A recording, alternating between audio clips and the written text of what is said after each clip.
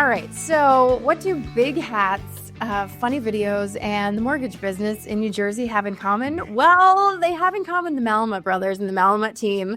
And here on Lending Leadership today, Corinne and I have a top leading team out of New Jersey, Jim and Greg Malamut. Thank you guys so much for joining us today and giving us your insight and expertise into this thing called mortgages. Ooh, round of applause. Thank you very much for having us on the show today. We are honored to be the first guests. We are honored as the first loan officers to be on here. And, it's been a great run here at HMA Mortgage. So thank you for having us on your podcast. Absolutely. Yeah. We were so excited to have you guys on. And, I have to ask, you let it off, Rach. I got to ask the guys, where did this whole hat thing come from? Like, where did you guys get this noggin boss idea or these large hats as a part of your marketing shtick? Because we see it in a lot of places and in your content and everything online. Tell us the story. Where did it come about? I'll take this one, I guess. So, really it goes back to our dad. Our dad kind of came up with the whole marketing ideas and just kind of doing things a little differently. And, if you don't do it big, you're not going to get results. And I feel like we just want to do things differently than other people, make our realtor partners see that we're having fun with it, not just like being, just boring mortgage people, that we're having fun, giving our realtors value and our customers value. I love that. I think that's great. And I think it's important that customers and partners see that you have fun with what you do. People want to work with you because you're passionate about your craft every day. And I think it's easy to sense when people really enjoy what they're doing. So yeah, that's a lot of fun. And I feel like it's a big thing that you guys have really featured in your businesses and have helped you to stand out. So it's inspiring for other loan officers to see those moments and those creative ideas. And maybe if they're feeling shy about doing something, what would be your advice, to other officers that might have a creative idea to stand out like that, but not know where to take it? The biggest thing is people need to stop caring as much about what other people say about them. They also have to realize other people aren't thinking about them as much as they think they are. Everyone's worried about themselves. So I'm sure there's tons of people from my high school and hometown that they see the corny videos we post and they're going to make fun of them. But you know what? When people are looking to buy a house, they remember that we do mortgages, and that's all I really care about. You know what? I think that is such a life lesson, no matter what business you're in, no matter what age you are, right? Like, we all have kids here. You'll learn this soon, Greg, right? Because yours is a baby, but this is a life lesson that don't worry what other people think about.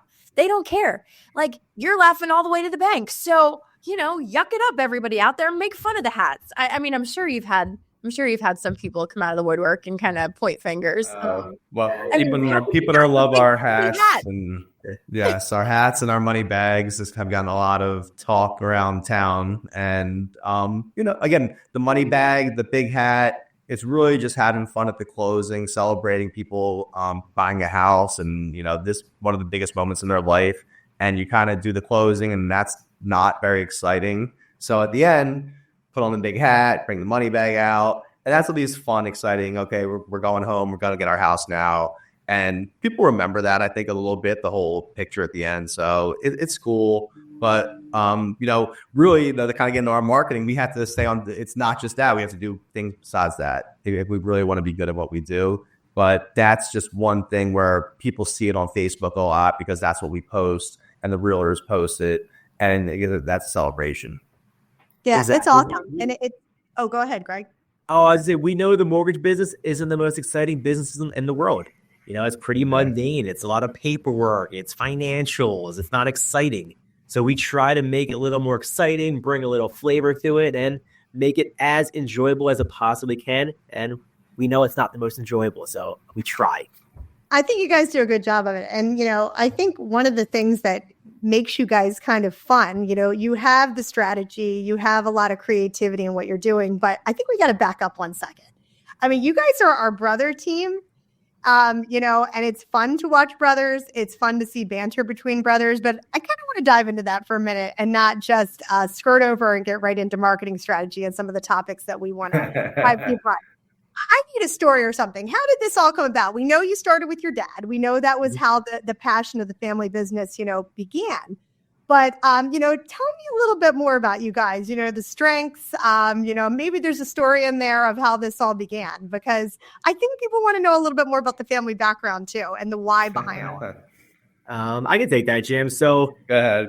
back in 1989, the year I was born, our dad started a mortgage company. It was called Atlantic Coast Mortgage. And back in that day, there weren't many mortgage companies in town. It wasn't like you drive up the street and see 10 different, lenders. He was kind of the only, place in business.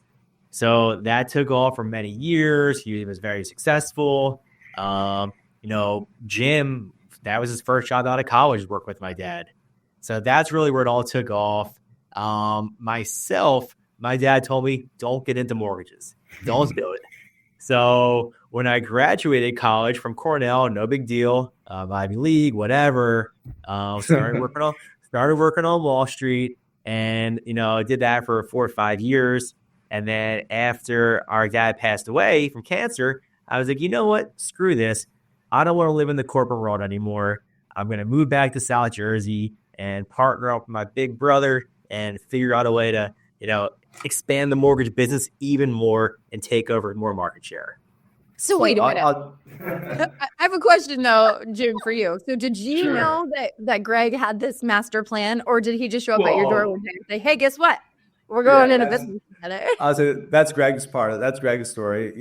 In my story of it, like our dad passed away, I was having trouble doing everything by myself. And I knew if I wanted to grow that I needed more help. And Greg was the perfect partner for, to kind of replace my dad.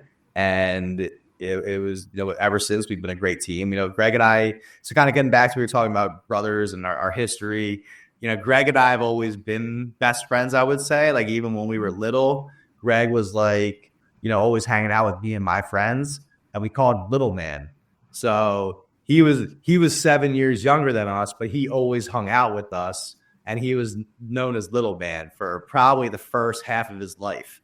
So we call him Greg now, but a lot of my friends still refer to him as Little Man because that's what we called him growing up. I'm sure you love that. Greg, you love that.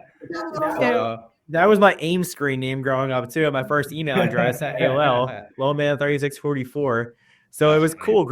It was cool growing up. So there's actually 2 other brothers in between us in age. So Jim's the oldest. I'm the youngest of 4 boys.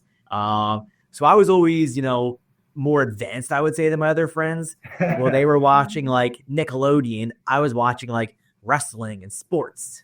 So yeah, kind of my childhood. Greg knew how to do a backdoor cut before his friends knew like what a pick was in basketball. So it was Greg. Greg was more advanced because he got to hang out with all the older kids. So it was a natural fit for us to just kind of work together because we'd always been very friendly. But we since Greg moved, we had a fantasy football team that we owned together, so we'd stay in touch, and it just made sense. So it just made sense to have Greg come back and work with us and help grow things move forward. And it seems like I made the right decision. I don't know. I think you did. Everybody, it's such an interesting dynamic. Like a lot of times people say they want to work with family, but then when push comes to shove, it can be a challenge. But to know each other's strengths and to know each other so well, and to know at the end of the day that you always have each other's backs, that's such an awesome legacy that you guys are building. I know there has to be a good cop and a bad cop, though, or again, maybe just different strengths, and you kind of fill in each other's gaps. Is there a good cop, bad cop? Do you play that game? Naturally? Well, Greg's the baby.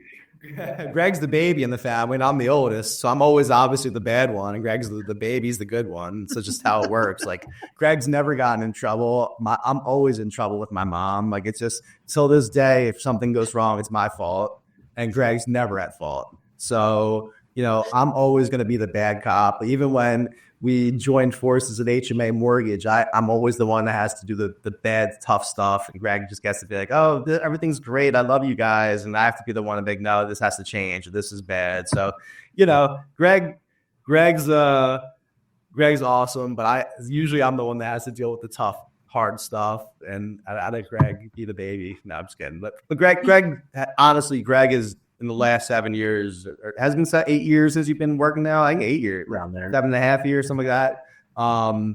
Greg's grown so much, and he's really, like I say, he's really a partner now at this point. At first, it was like I had to train him, and it was a couple years of just really getting him to understand how everything works.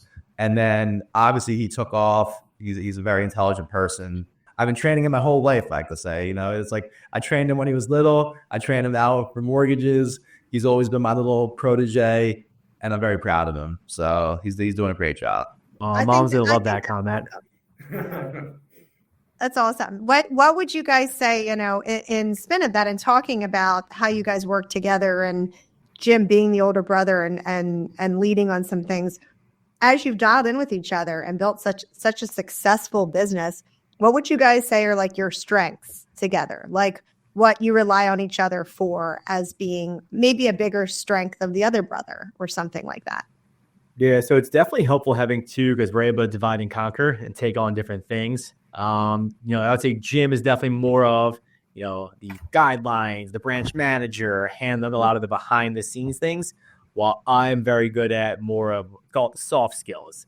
Like, hey, we should plan this event for realtors. Let's make sure we're sending out candy bars for Valentine's Day, surefire blast, or CRM. So, a matter of staying on top of a lot of the sales activities and showing up to the offices. So it's nice that we can complement each other, and, his strengths or my strengths can all lead together to one. Yeah, Greg definitely is good with the sales stuff and growing our sales business, and I'm more with the getting the loans to the closing part, and it's a nice tandem. Yeah, that's really great to be able to piggyback off of each other's strengths like that, because, and just like, in a lot of companies, sometimes there's one person at the helm. We're lucky where we are that we have 3 partners making the decisions. You guys have that too. And it really does help with the checks and balances. And like I said, filling in each other's gaps, because not all business people in any field, in any industry, are good at everything. How could you be good at everything, right? The marketing and the technical, and obviously push comes to shove, at the end of the day, it's about mortgages, right? So knowing the guidelines and knowing all the infrastructure of the business. So it's probably very nice to have that balance. It definitely is. And one quick story how we complement each other is, let's talk about marketing. So the mortgage videos. So the first ever mortgage video was me sitting alone in my condo. My hair wasn't gelled. I look back on that video, I'm like, what the hell was I doing putting that on social media? And then I kind of started a little thing, like, let's call it the Malamut Mortgage Minute, where every week or every 2 weeks I'd post another, educational video. And they were, fine. People were seeing them. I would go around town and my friends would, make fun of me. And then Jim had the brilliant idea of, hey, let's take this to the next level. And he was like, we're hiring a full-time marketing person. So we then hired, a husband and wife. They do wedding photography and videography, who now have stepped our marketing game up like 100 times. So we're now making, these professional videos, professional content, all of that. So kind of the ideas work together. One idea me, one idea him, and together, boom, it really blew up. Let's stop on that for a second. I love how you pointed that out, Greg. Not just only that, where you made that pivotal moment. It feels like that was a moment where your business changed, right? Deciding to go all in, hiring some, marketing help that's specific to what you're trying to do just for your business. How do you guys come up with these videos? I mean, it is like a huge part of what makes you guys stand out, right? And it's so fun to just think like, oh, when you guys do the teasers, oh no, what are the Malamuts working on now? Like, what video is coming out next, right? Tell us a little bit more about the creative process, with the team internally there, and how you guys come up with these ideas. So honestly, it all kind of goes back to my dad. In reality, my dad was just like, and this is 10 years, 15 years ago, he was telling me we need to do videos on Facebook and, be like the video people. Like he wanted to go on like YouTube and like make like mortgage videos about like educational videos from mortgages. And I used to think he was crazy, but he was really just ahead of his time. And in reality, it kind of, like I said, so all goes back to him. And I just try to make it funny. Like he always was just a funny guy and tried to do things a little differently, and we just try to be creative with what we're going to do. So, we look at the calendar and see what's coming up, different holidays, different events, and try to do some kind of mockery or satirical thing based on those events. And if Greg comes up with ideas, I come up with ideas, my wife comes up with ideas, Stephanie and Brent come up with ideas, and we just kind of like sit together and shoot it out and film something, it's kind of how it works. And so back in the day when our dad was doing it, you had to pay tons of money for advertising. Like there was no social media, so he was paying to be on billboards. He was paying to be on buses. He was paying to be on pizza boxes. He would pay the pizza companies there, hey, I'll buy the box for you, put my logo on it, and now you have free boxes. Now today, we can just put this for free on social media, and we can reach thousands of people for basically no money. So it's a huge leg up to 2025. Yeah. I love that mindset, right? Like, yes, years ago, everything was so much harder, right? And now there's really no excuse. It's not as hard to do. The resources are there. And for the most part, I mean, obviously you can put money behind it, but for the most part, it's free to get it out there. For the people listening who, I think everybody knows now that video is not going away. It's something you need to do, but it's still daunting. Still like, oh, I don't want to do it. I just like pull teeth to get it done, right? So, Jim, how many videos or how long were you doing these clips before Greg, or other way around? Sorry, Greg, how long were you doing these before Jim? You said, hey, we should really, get these produced and take it to the next level. Few months. Yeah. It was definitely a few months, but Greg was having some success with it. And then I was like, we should definitely, we start doing like one or two together, I think, and I was like, we need to hire somebody and just take this to a different level with all of our marketing.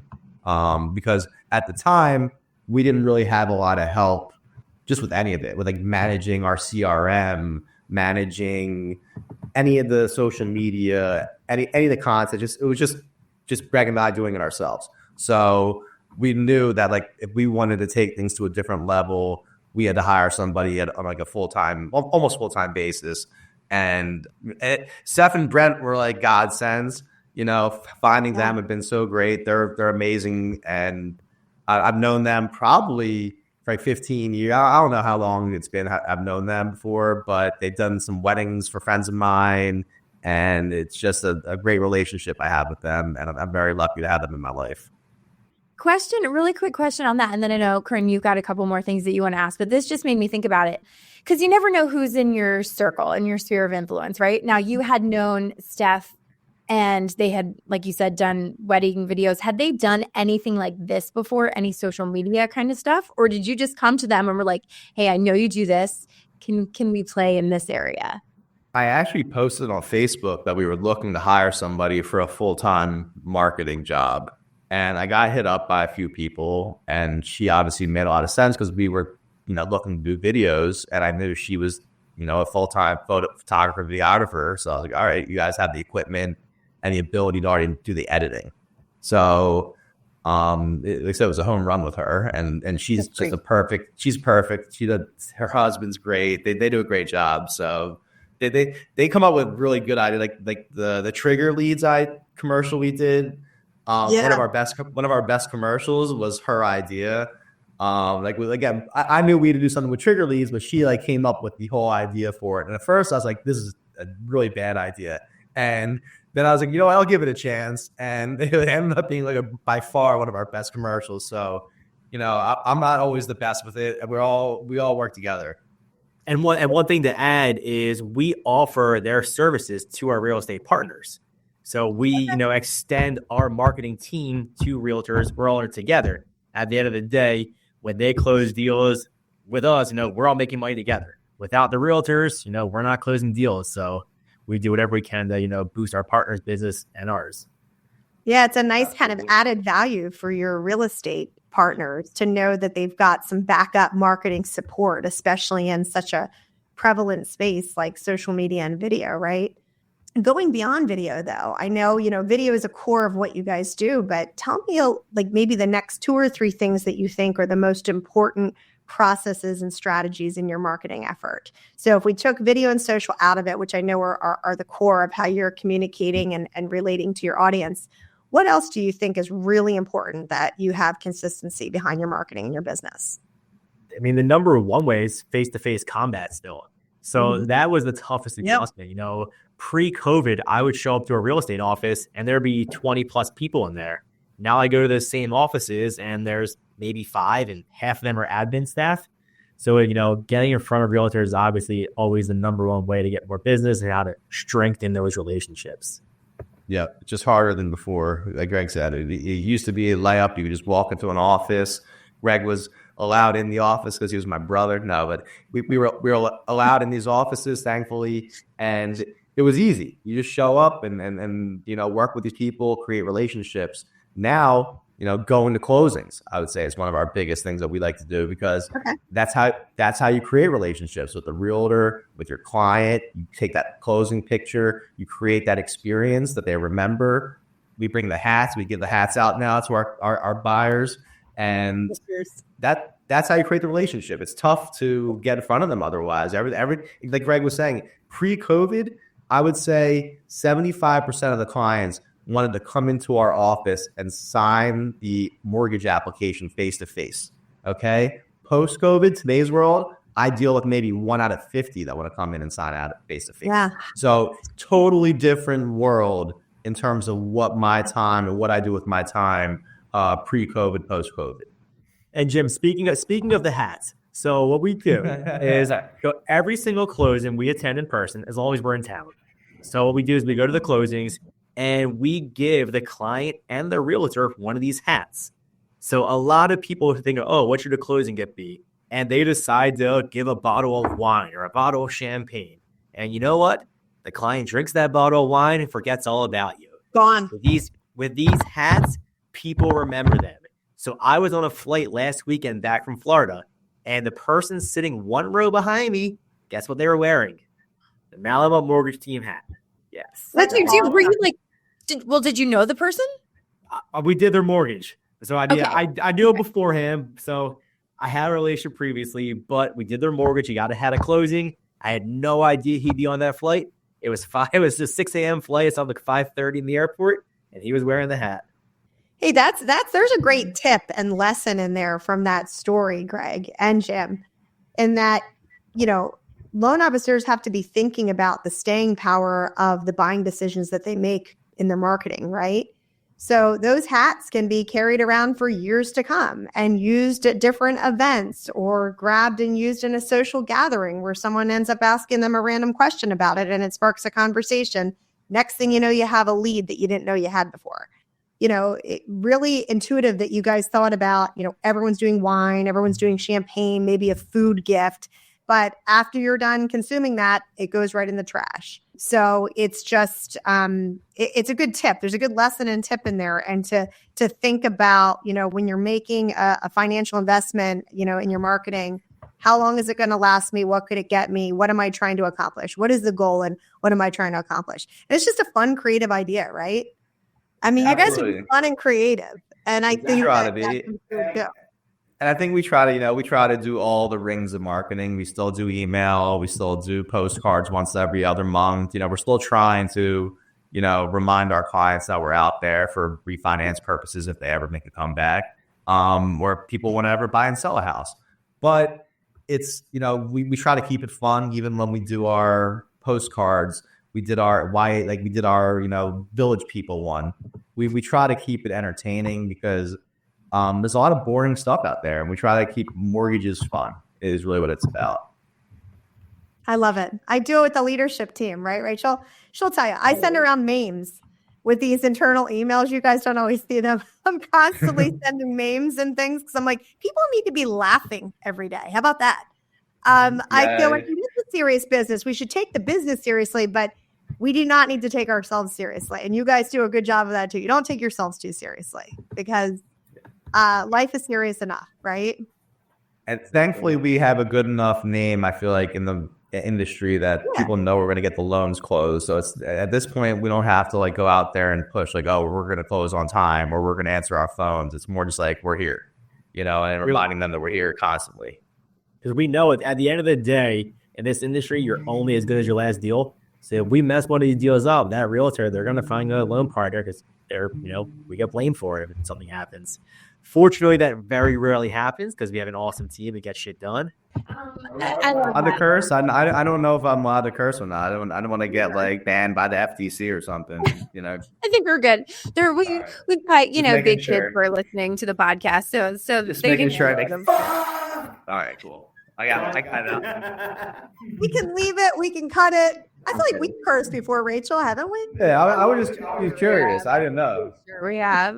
No, that was really great, guys, and thanks for sharing that. And I do think it's so important for people to realize, you guys are top producers, not just in our company, but across the landscape. And to have the balance of, yes, having fun in whatever you're doing, right? We have to be enjoying and being playful. I think too many adults forget to play. It's always so serious. And what fun is that? And but you have the proof in the pudding too. You have the balance, and people know that not only are you great guys and great to be around, but you're providing exceptional service and GSD, getting shit done. That's what it's all about. End of the day, no one cares about our hats or anything else if we're not getting the closing on time. Sure. So like to me, that's always a given. We're always answering our phones, except right now while I'm on the podcast. We're always responding to our emails fast. I have a team. We have a team. That's probably the biggest thing for Greg and I is that we built out our team in the last year to really like the point that we can function well. And previously we were doing it, but it was a mess, and we didn't have roles assigned. We didn't really know like who was doing what. It just kind of worked, and it got to the closing table. And if you were the realtor or the client, you wouldn't know any better. But behind the scenes, it was just a little bit more clunky. Now we have things so on. Everything's like we hired another assistant, Kelly, who's been amazing. We already had two awesome assistants and processor, April and Danielle, who are always awesome. And now I think we're just really prospering and able to grow our team even more. So it's been a lot of fun growing the team. That was definitely one of the big things when we joined HMA was working with the leadership team to figure out exactly how the team should function. Everyone gets their roles. Everyone knows exactly what they're doing in every deal, and wash, rinse, repeat. Well, that's really awesome to hear, and I love to see the growth in even just a short time. And obviously, for loan officers who are listening, we're always looking for rock stars, right? Especially for Team Malamut and for all of our teams. So if you're somebody out there who's looking to make a change, reach out. We'd love to know who you are and know your business and see if there's a fit there for these guys over here. Corinne, you wanna wrap us up and take us home here? I will wrap us up and take us home. Thanks, Rach. Well, I want to thank you guys. Thanks, Jim. Thanks, Greg, for joining us. This was insightful. I feel like there's a lot of tips and tricks that we got. I got personally, and many of you out there, many of our listeners got just from listening to this. We hope that you like, follow, subscribe, share all the things. And if you have any questions about anything that you learned on this episode, feel free to send us a message. We can always get you connected with Jim and Greg and answer any of your questions. Thanks so much, guys. This is awesome. Thank you. Well, when this one hits record numbers, we'll come back. We'll do a second pie. We'll do like a continuation, and we'll see Part what the two. people. Yeah, we'll do a part 2. We'll see what the people want to hear us talk about next time. And listen, if you guys beat Dave, is Dave still number one of Dave's episodes? And then we're number 2, Rach. Isn't one of our episodes number 2? There's no doubt. Just like when the Malamuts came over to HMA and automatically became the number 1 branch right away. This will be the number 1 podcast right away. There's no doubt in my mind. And we'll let you break about it. Rachel and I are very competitive with the guys about the podcast. We're like, how long do you think it's going to take, guys, before we slot into the number 1 spot? And you guys have probably bigger audiences, way more than we do. And we still challenge them, right, Rach?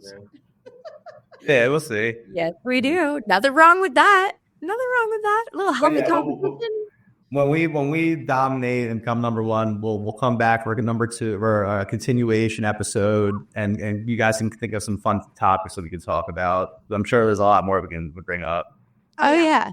This is only like scratching the surface. I mean, I want I want to throw in some videos and some of those crazy, wacky pictures and all the, really. Oh yeah, we can talk more about the team, how we build out the team, and how we do the roles and what does. There's plenty of things we can talk about, I'm sure. But actually, I have one last question. What's the most successful video that you've had? Either the trigger leads one or the YHMA one, I would think. I think the YHMA one was probably the best one. Yeah. I have one last question too. What is going on with the basketball situation? So is one of you not playing anymore? And then are you on the same team? And what positions do you play? I actually have multiple.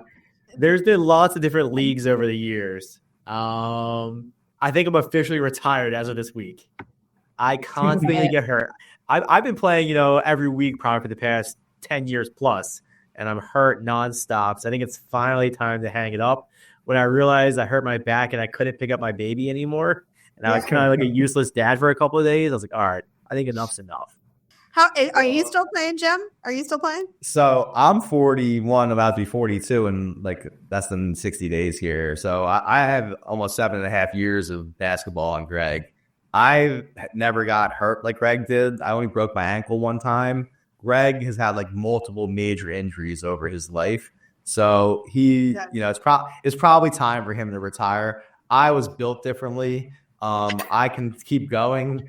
Now I'm not playing as much as I used to, but I would still like this Saturday. I might go play at like 6:45 in the morning. We'll see. The problem is I'm in charge of basketball for my kids, so I have to run these clinics, and it's hard to get out there as much as I would like to be out there. But I would say I'm not retired yet. That's for sure. Greg, you go big. You just go big. Honestly, like you said, we'll see. I think you're just overkicking your coverage. I think you need to play with like grandpas, and then you'll be good. You don't have to go so hard. Then you can get your fill. I don't know. I'll probably come out of retirement in a week. It doesn't matter. Greg will get hurt somehow. It's just the way it is.